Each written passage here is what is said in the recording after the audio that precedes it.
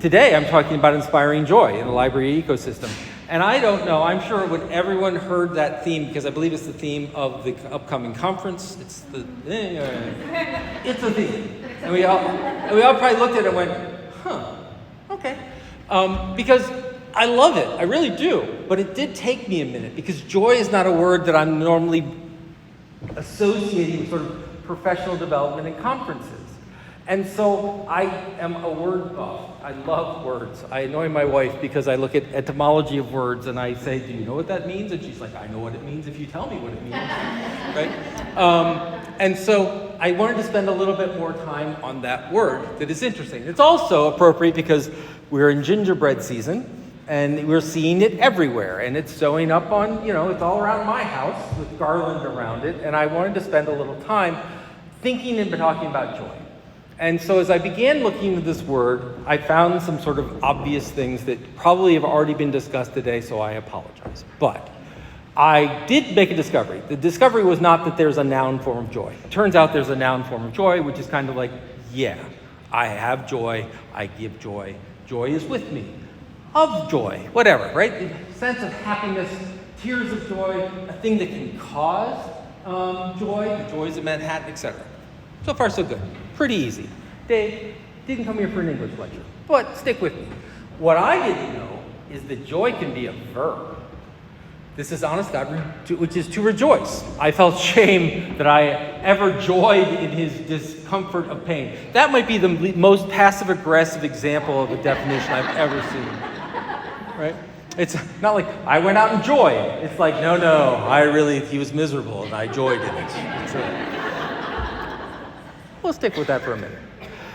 However, and I have to be careful, but I am in Texas, and it is Christmas season, so I think it's okay if I bring up the religious use of joy, which is really interesting, coming out of the Jewish tradition, coming out of the Christian tradition, that joy is seen as a gift and a choice in the face of trial. That you choose joy, that you take on joy. So I looked at this and I thought, that's a really interesting, very appropriate use of this word right now in this profession. So what I want to do is I want to sort of walk through those concepts and tell you things you already know. That's kind of my job. So, once again, narcissist, funny hat. It's all good. So, time of trial, the idea of a choice. And the idea of a gift, and it's not just a gift, but it's a gift from a larger force, which we're going to talk about in a moment. So, starting with the obvious, which is in the time of trial, and starting with the obvious, we're in a time of trial. This is really a keystone moment in our profession. And we are, I think, now at the beginning of the end of this moment. I really do believe that. I know I'm also an optimist, but I believe these things, when I first moved to Texas, in fact, when I met Gretchen, we were having a plan meeting, my plan colleagues, we were meeting a plan meeting, and I was just blown away by librarian after librarian talking about the horrors they were going through, talking about the trials they were going through, and it was remarkably upsetting, right? We went from a position of the librarian was either benign neglect, right? Oh, you're a librarian, how nice do you read? Or, oh, you're a librarian, do we still need them? Or, oh, I love libraries because I love to read, you must do that all day. To, we're groomers and we're pedophiles. And that was a really quick transition of which we were completely unprepared for, because human beings are completely unprepared for that kind of assault. And so there's a trial. And the reason I say I think we're at the end of the beginning is not because it's done, not because this is all going to go away, not because we don't, as I will talk about later, have legislation that we have much to do about. But we're at a point now where the shock of it is beginning to subside. Where those who mobilized to use this, and once again, we can have discussions about the trials here in terms of, for political gain, not political gain, them outside, studying that stuff for a moment. We're past the shock of it, and we're now to the point of response, and we're now to the point of considered response. Because the initial response of, no, not me, turned into, we don't censor anything ever, anywhere, all the time, forget it, which has now come into what is our role within the community? And what is our role as professionals? Once again, I believe that there are 3 ways to become a librarian. By degree, that keeps me in job. We'll keep doing that. By job title, congratulations, you're the librarian, right? We're good.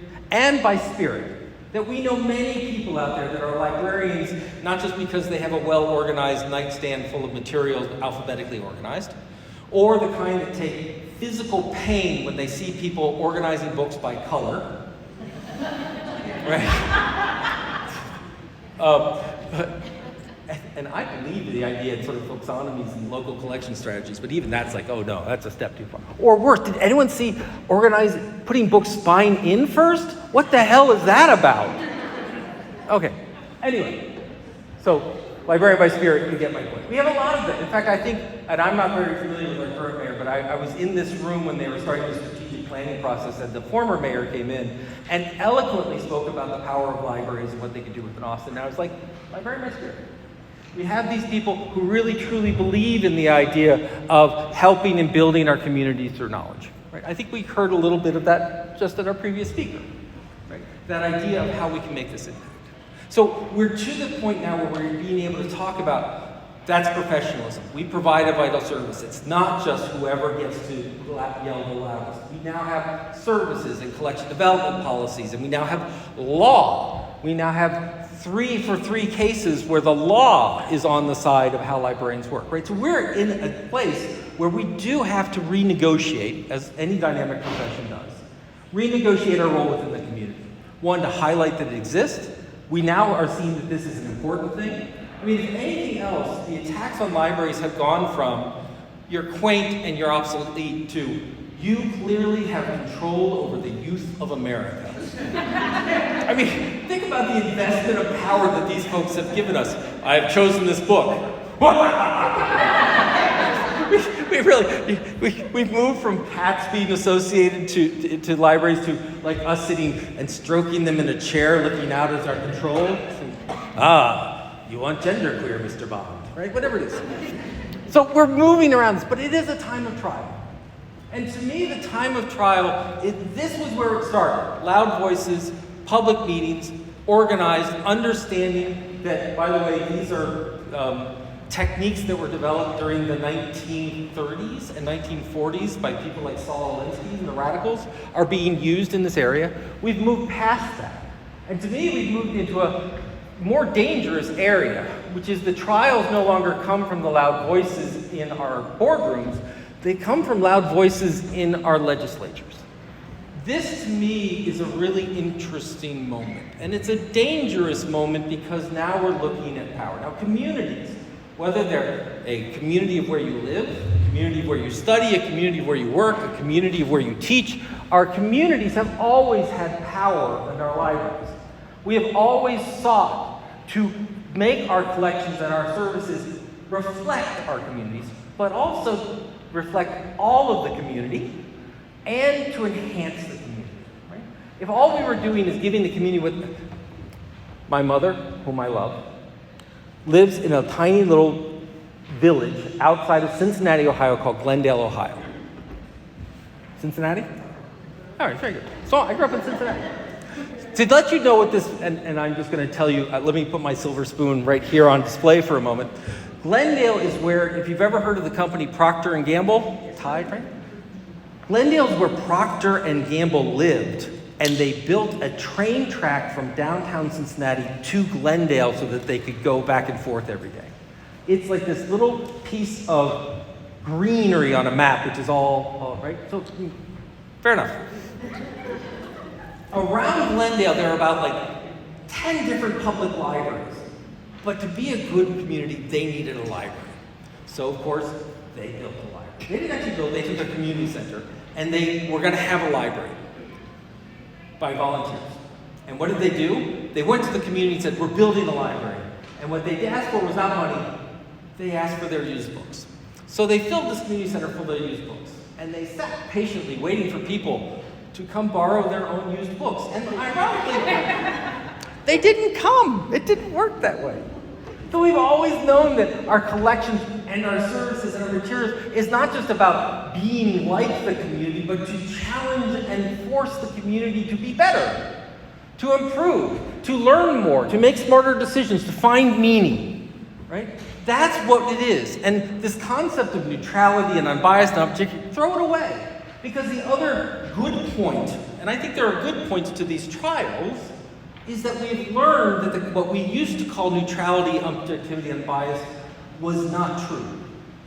At best, it was a reflection of a majority narrative of the world. And what we have found, though, is when we say things like for all, when we say things like collecting controversial materials because communities need to be informed, as we've begun to restate our principles, we've gone away from the idea that we are sort of metaphysically neutral, that somehow just we're granted as librarians we are now neutral. It's a very passive concept. We are not. We are for the improvement of all communities. We are inclusive. That takes activity, it takes action, and it takes justification, and it takes law, and it takes thinking, and it takes advocacy, and it's not just a natural state that's accepted. And I think that's a positive thing that has come out of these trials. We now know that, for example, the vast majority of the US population opposes book bans. We've now, and to me, the most brilliant and wonderful things about all of this has been watching school children from very young up to 18-year-olds get up, show up in front of board meetings and say, good people don't ban books. History does not look well on ban, right? We've seen this mobilize our community. One of the challenges we have is what do we do with a mobilized community? How do we take advantage of this discussion? I'm looking at one of my Lano heroes in the audience, right? We've started this conversation. We've gotten people together. We've gotten them in reaction to something. How do we turn that reaction, that power, that strength of reacting to something, into something positive, into support, into change, into policy? Because this is what the reaction started, right? We look at bills in Arkansas. I'm off to Little Rock in January. Arkansas was a state law that was passed. It was an obscenity law, and what it said is if you as a librarian give an obscene book to a child, you can be directly prosecuted for obscenity. And by the way, the definition of obscene, not so much. Not so much defined. It's now currently stayed and in a federal case. But that was an attempt to say, this is what we do. And honestly, we have laws about this. We have laws already. This was about position. Missouri has a nice little law that says things like you can't buy sexually explicit books for minors in school libraries. Defining sex in a really limited manner. And then it's got this little escape clause that says, unless it has artistic value. And so that's also currently under review. And then, of course, Texas, we'll just leave that one there. And then we've got the rest of our day.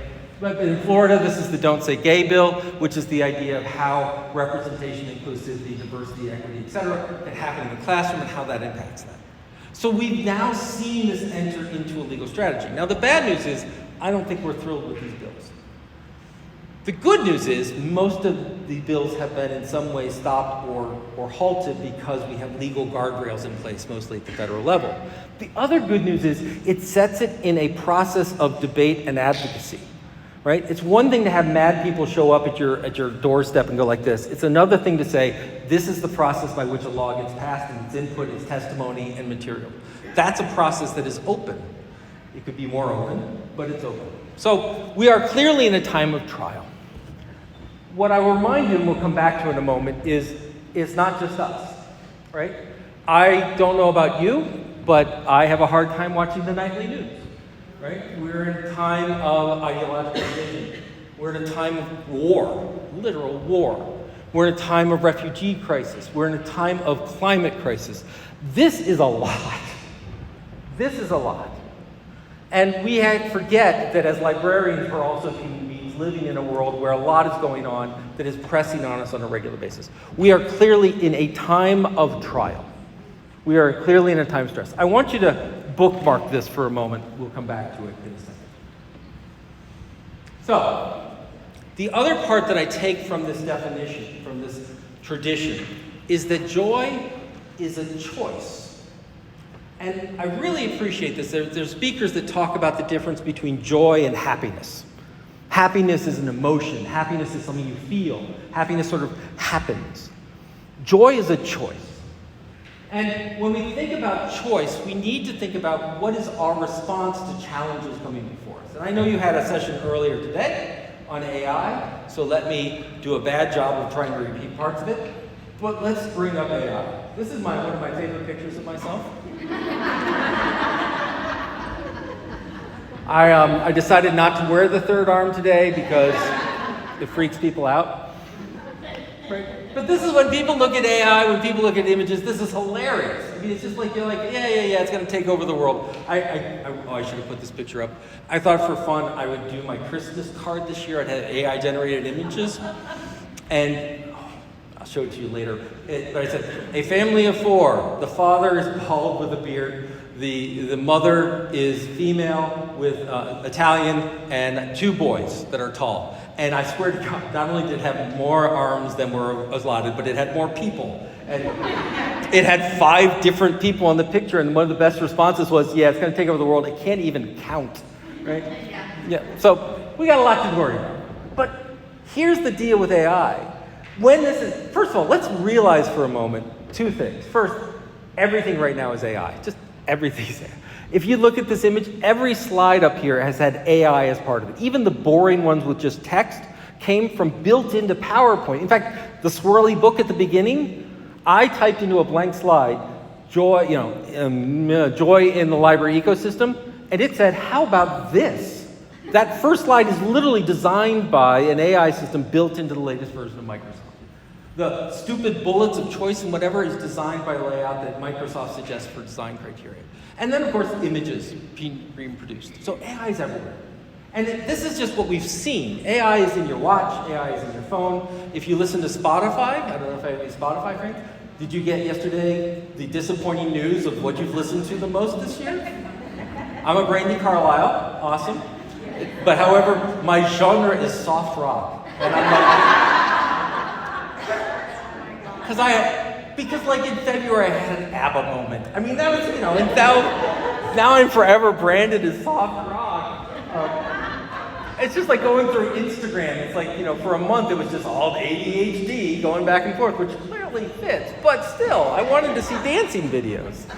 But AI's everywhere, where we're getting there. And another thing you realize is when AI sort of burst on the scene where people could silently pay attention to it was ChatGPT.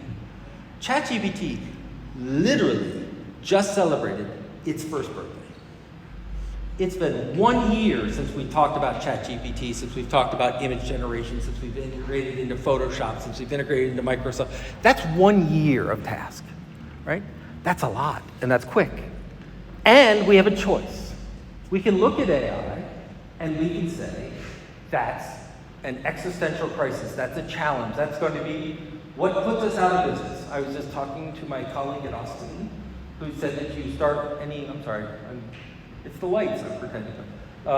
You start your reference transactions with a ChatGPT message, right?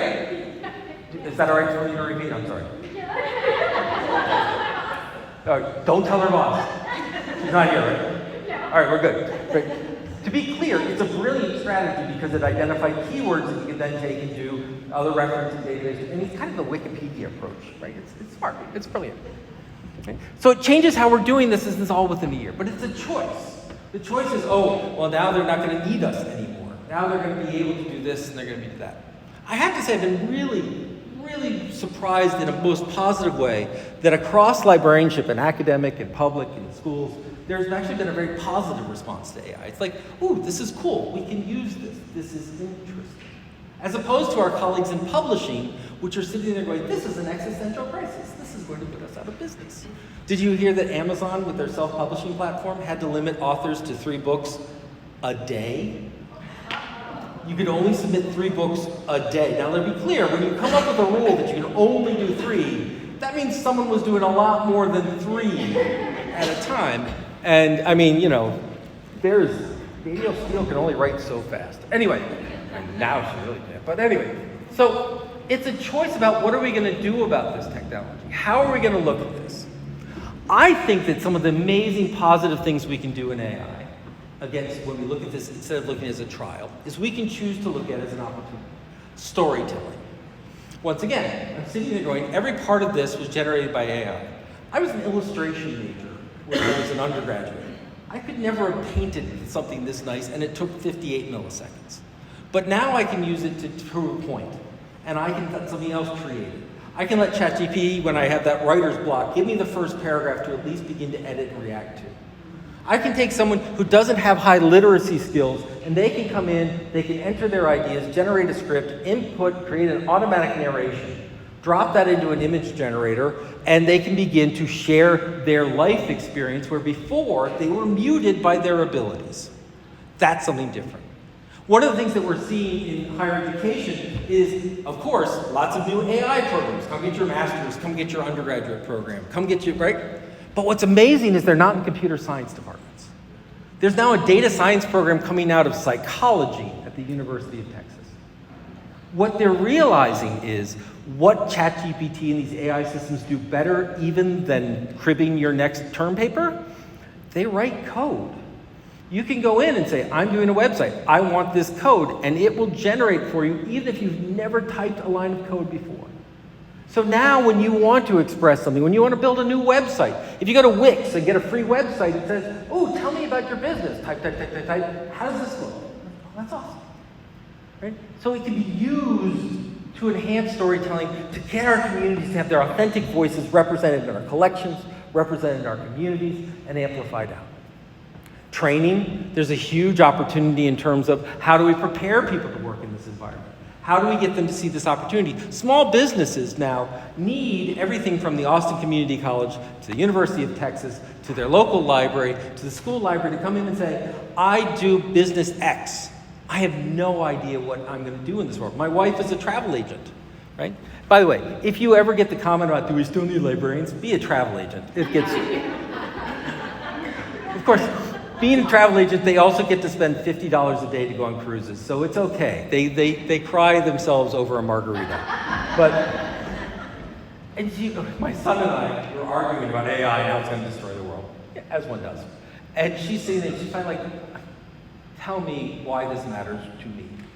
And I pulled up my phone, I pulled up the ChatGPT app, I said, I need a social media post about going to vacation in Greece. And it wrote a paste, the hashtag, and generated an image, and I showed it to her, and she goes, that just saved me an hour. And that just saved me, right? And you're a one-off librarian. I'm sure we already had conversations with my colleague talking about how you can use it to generate email, right? It saves time, right? So that's training that we can do within our community, and partnering is the important part. Because if I can work with her as a travel agent, and she comes into the library, and I can begin doing that training, she goes, I need to know more. Look, this community college, I know ACC, if it doesn't already, will soon have AI or basic computer science or technology courses. And then, ooh, that gets me really interested. Maybe I can work with the university either on a degree or research that's going on. Ooh, I can then get mentorship from companies that are moving along in this, and I can now connect into statewide initiatives because every city has an AI committee right now, and there is an AI workforce going on at the state level. How can we create a whole Texas partnership? Because we talk about the loss of potentially 86 million jobs within the next 10 years, but the creation of 96 million new roles. How can we as the library community, because we span the entire community, help to minimize the impact and maximize the reward? Think about what other sector, why I love the fact that you're sitting next to community college librarians, next to academic librarians, next to special librarians, next to school librarians, next to public librarians, is we span that whole area. There is very little, and I would say zero, other institutions that have the ability to interact in the information, welfare, and life and workforce development of this state than any other sector, period. Enough said, done. That's an opportunity. Right? How do we take advantage of that opportunity? And by the way, going back to our trials, it's really, really, really, really hard to say, those grooming, pedophile, liberal librarians do a fantastic job preparing our workforce for tomorrow. Change the narrative, change the topic. That's the one part of our previous trial about our communities, is they have taken a library and they have reduced it to one function among many, and even a tiny fraction of one function of what a library does. And in so doing, they have sucked the oxygen out of our ability to talk about how we train and prepare, how we educate, how we do information literacy, how we provide belonging, etc. We need to change that narrative. I think AI gives us the ability to change that narrative. There are also some negatives we really, really need to fix. Representation, right? I mean, not just the fact 3 arms, etc. But we know, for example, if you ask for, please show me a librarian in Ghana, it will probably be represented by a white smiling woman in the bookshelves, right? We know stereotypes happen. We know representation is a problem. Ethnic representation, legal representation, all these things. We need to work on that. Once again, what community, library community, spans that different diversity of our communities? How can we bring voice to it? Ethics would be nice. It would be nice, right? We look at transparency, for example. Where is this material coming from? There's a fabulous study came out of the University of Washington and Stanford, and the study was looking at the role of what they call high-impact human-generated materials, i.e. things under topic, books, journalism. And they looked at these large language models, and they said, what happens if we start taking, because of copyright issues, these materials out of ChatGPT, out of these large language models? And the quote that I love so much that was in this article was, it begins to suck hard. As you begin to remove the New York Times articles, as you begin to remove the books and materials out of this, and you're stuck with what's basically social media and your uncle yelling at Thanksgiving, it sucks hard, right? So how can we talk about ethical use and reuse of this material? How can we look at the documents and digital documents we're sitting on top of? How can we make sure that they're representative? But perhaps the biggest question is, how can we look at this technology as a way to solve and not exacerbate an isolation issue?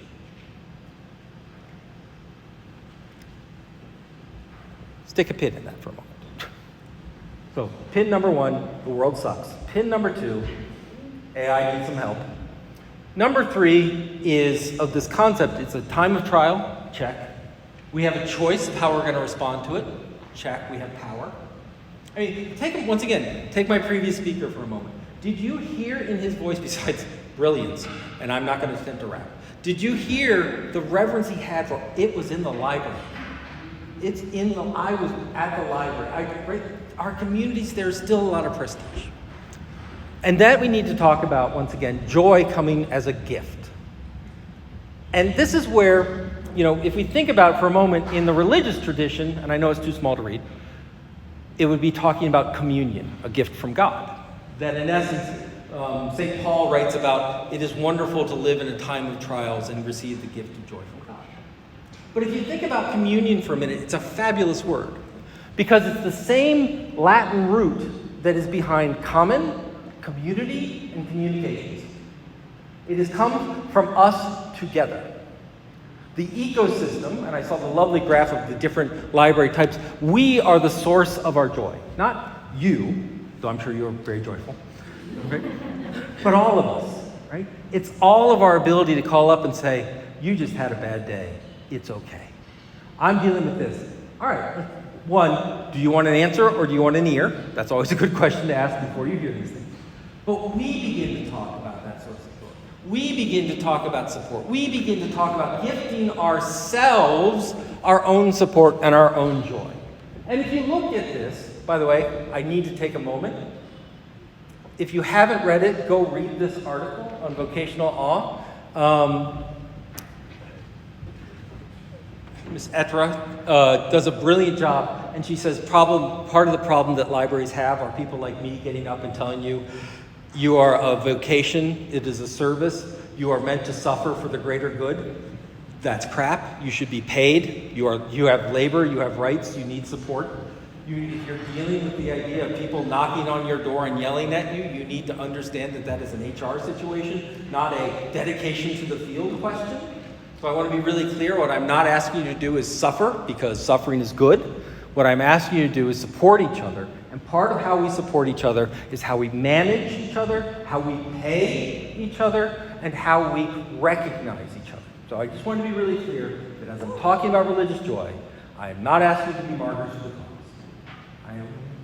I had a great conversation with Christian Zabensky, who at the time was the director of the Illinois Public Library, and I'm like, Christian, what can I do about all these book banning, whatever? He goes, well, Dave, what we don't need is another academic telling us about book banning. He says, what I need you to go and find every legislator, every town councilor, and tell them to pay, pardon my language, the fucking librarians what they're worth. So, I just wanted to get, great article, go read it. I just wanted to get that my call is not for you to suffer. My call is for us to support each other. And when you look at how we do it, these are some great examples. ALA's Leroy Merritt Humanitarian Fund is for librarians that lose their job or are fired because of book challenges and book materials. If you are in a position and you need legal help, this is a group fund from the library community that is going through their intellectual property office to support individuals financially and in other ways in terms of fighting these materials. This is brilliant. This is community providing joy. If you look at TLA's Texas Right to Read, we have a social media post, we're rallying, we're grading effort. I mean, I'm looking at a president and an incoming president, and I'm doing what Shirley's doing with Texas Library Association. There's a lot of time spent on how we can back people up. And this is a way that we can gift joy to other people. Talker's work is amazing, but particularly they're collecting all voices, where they're doing workshops talking about collection development, talking about how to support collection development. Every library's campaign where they are a political action committee and they are going and fighting for school board members that understand this, fighting for different materials. We have a community that's doing things. Back to that beginning of the end. At the beginning we didn't. Now we're beginning to support ourselves. We're beginning to gift ourselves with joy. Because ultimately this is where most of the gifts come from, which is the communities that we serve. Let me take a moment, just because I promise to do it every time I'm in this building. Stop calling them customers. Yeah, they're watching. Here's why I don't like customers. I get the idea that we want to treat them well. I get the idea we want to give them service, we make them feel special. We want to give them the best of what commercial services do. But the underlying goal we do it is not for more transactions. The benefit of being nice to someone is not they checked out more books. The benefit of connecting and building relationships with our communities is not for some ulterior motive. It is for the benefit of that community member. That's why I use the word member, community member. But call them neighbors, call them students, call them faculty, call them friends, call them what you want. And frankly, call them customers, I don't care. But in our hearts, we have to understand that the goal is not more transactions, more connections, more relations. The goal is better lives in these individuals. And what I'm amazed by, why I love being part of this profession, is when I look at it and I look at how people get their joy, they get their joy from that community. Every librarian sitting in this seat has the story. The story is that time that you know you changed someone's life. And you pull that story out when there's a bathroom issue, right? You pull that story out when they're knocking on your door. You pull that story out when it's a late night. You pull that story when you did a great program and no one showed up. You do in your darkest times and your trials, you pull out that story of when that child came and that book that you recommended to them changed their life. That book, that time when you helped a woman escape an abusive relationship by connecting them to social resources. When you talked about a group of widows and you created a community for them to come and do mutual support, even though you called it a book club, you knew what it really was. That story comes from them. That's the gift that they give. And they don't even know they're giving it most of the time. That's the power of what we do. And I don't care, once again, if you're in a law firm, if you're in a hospital, if you're in a public library, if you're in a school library, we all have that story. And we need to worry about the community as well. Because just as we look at this community and ask it to gift us joy, and we choose to accept it in a time of trial, we have to also recognize that right now, these communities are in time of trial.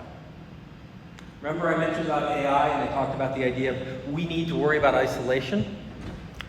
Are we looking at the same organizations building AI systems, Apple, Meta, Google, Microsoft, that also promised that social media would connect us together and instead have exchanged the idea of connection with conflict?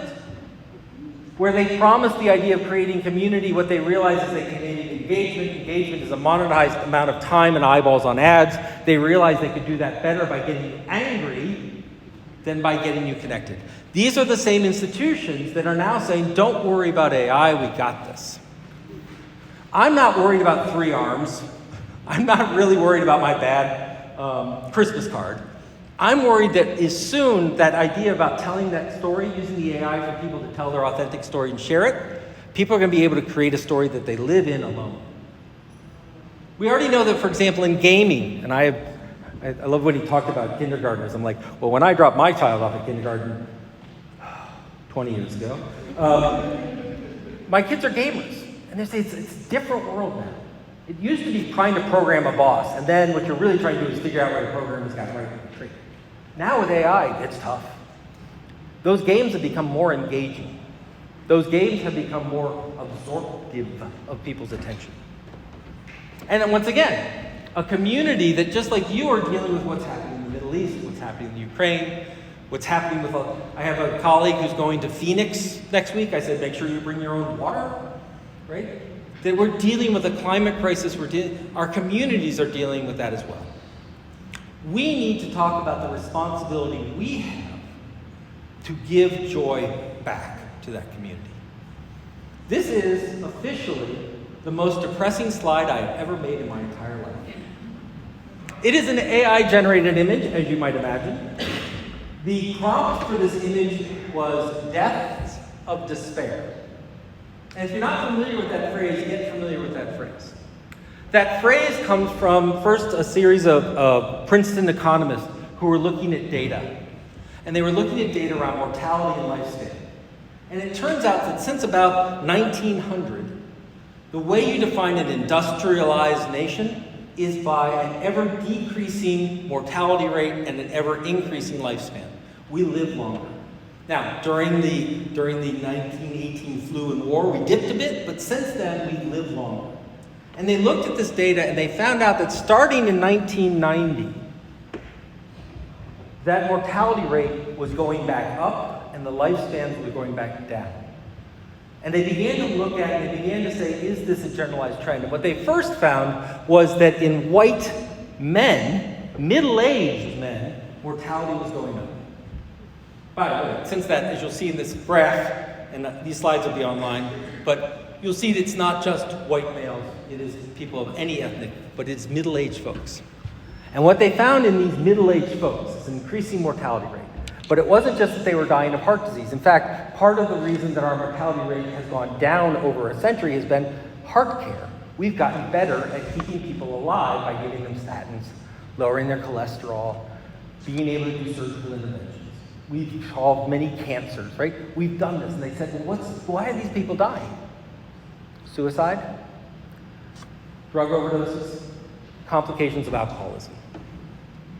What they called deaths of despair was the increase in mortality rate in our communities were coming from people who were in despair.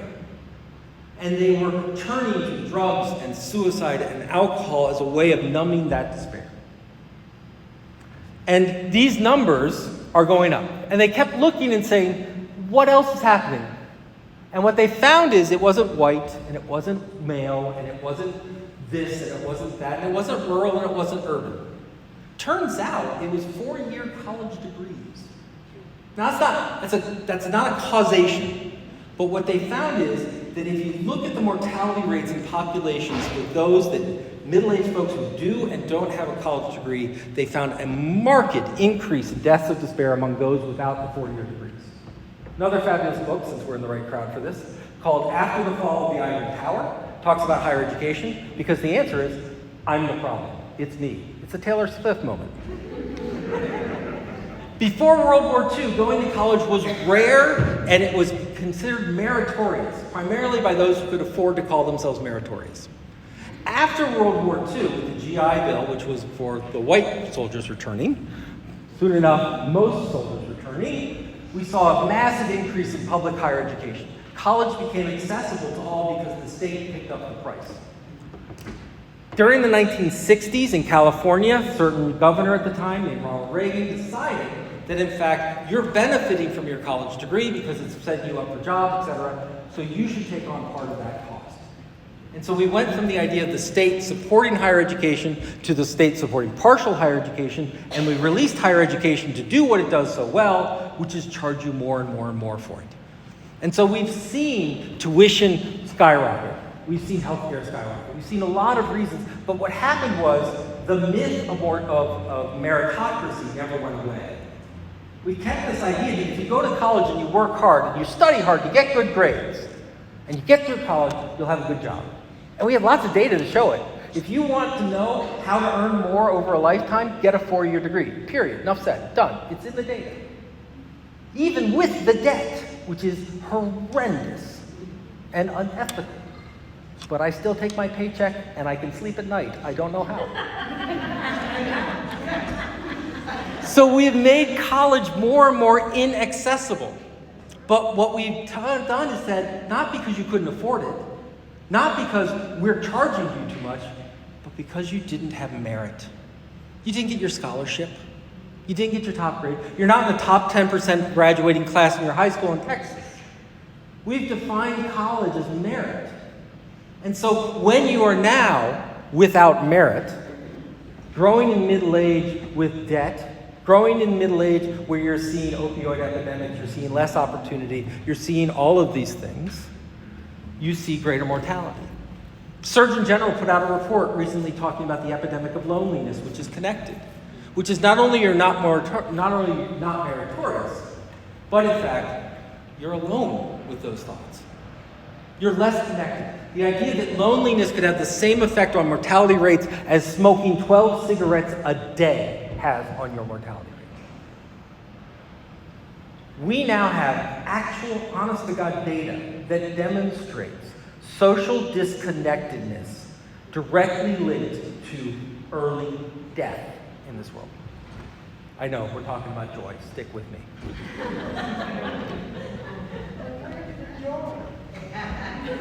I got a pretty picture at the end. It'll make it all better. Think kittens. This, by the way, the COVID did not help. This is the dark line is when people were asked about their depression and anxiety symptoms before COVID. Almost 80% said they had no sense of, and it was percent of adults with depression symptoms. This is after COVID, the light one. Severe, moderately severe, moderate, they all went up. It made them even more isolated.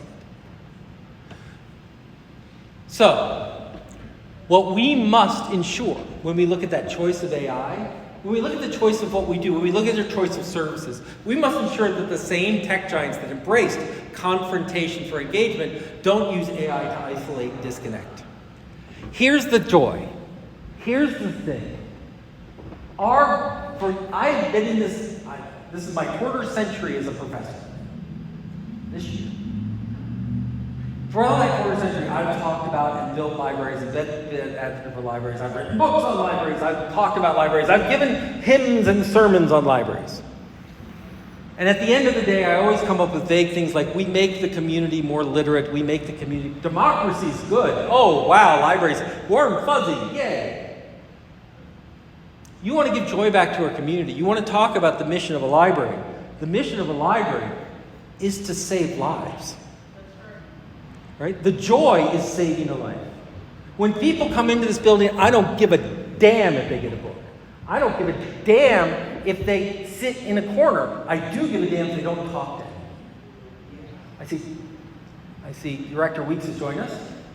My first time meeting Director Weeks is he walked me through this building, and every time he passed a human, I met him, but I walked in at 10 o'clock and I said, I've got a meeting with President Weeks. Where is it? And they pointed at the front door as everyone's coming in, still in days of mask, and he was greeting everyone as they came in. As we went from floor to floor, every staff member he knew by name, or he introduced himself and learned their name, and he knew something was going on. He ran the connected community. Congratulations, sir. It's amazing.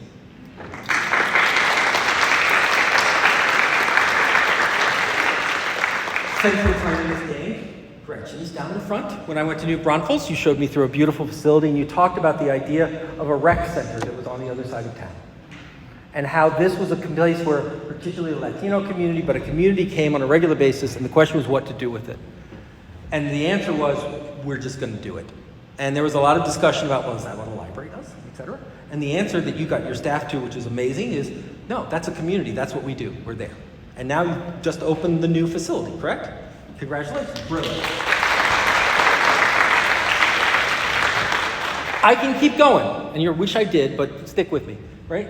As we look across, as you look at your stories, as you look at your opportunities, what you take as, well, of course we make people connected. Of course we introduce people. That's just what nice people do. That is saving lives.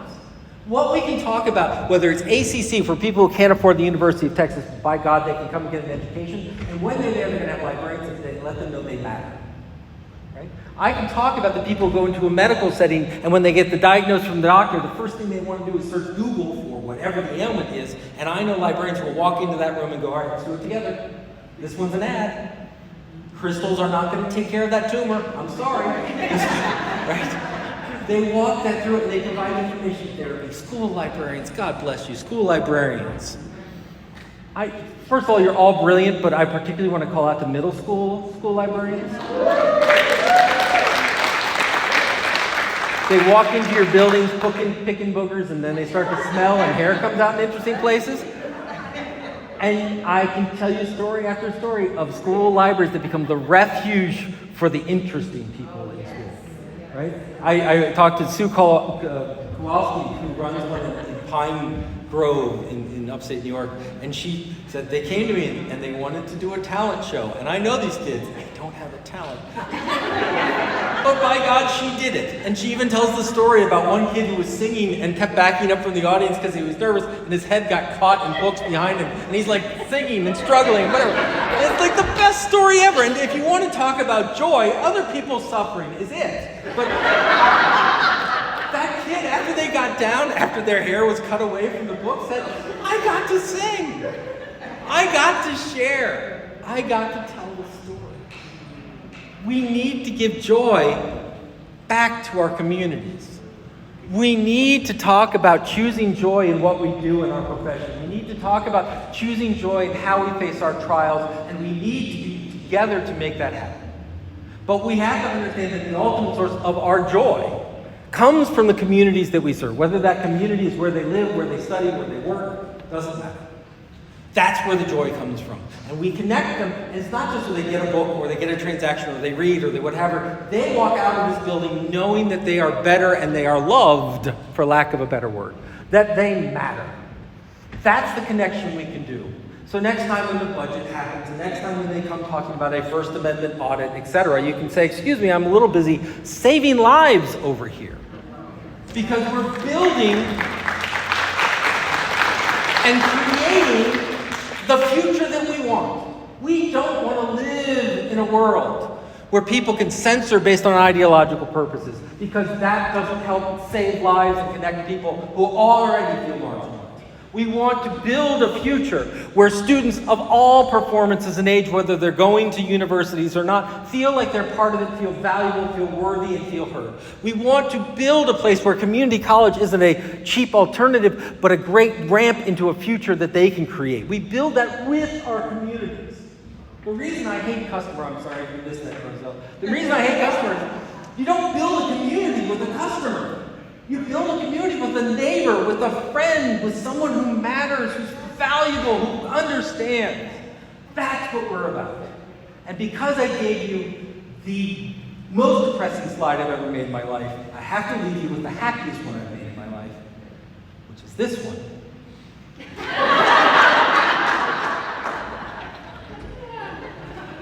Joy.